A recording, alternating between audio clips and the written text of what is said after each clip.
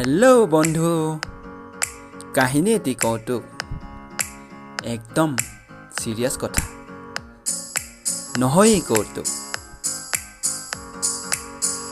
শুনা তেন্তে ৰঙা নদীৰ সেই ৰঙিয়াল মানুহজনৰ কথা লখিমপুৰৰ বুকুত ৰঙা নদীৰ পাৰত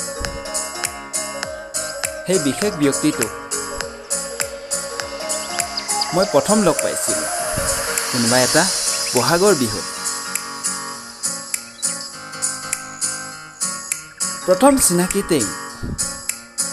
তেওঁৰ এখাৰী মাততেই তেওঁ দিছিল মোৰ মনত সুখ ৰঙা নদীৰ সেই ৰঙিয়াল মানুহটোক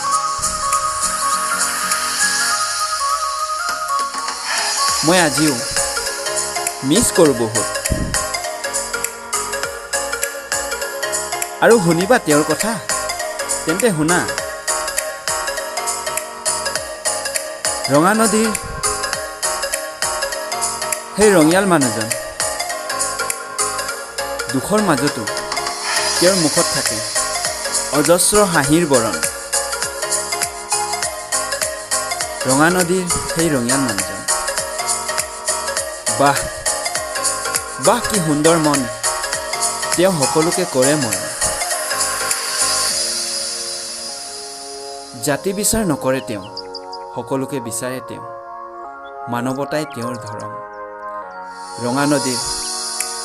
সেই ৰঙিয়াল মানুহজন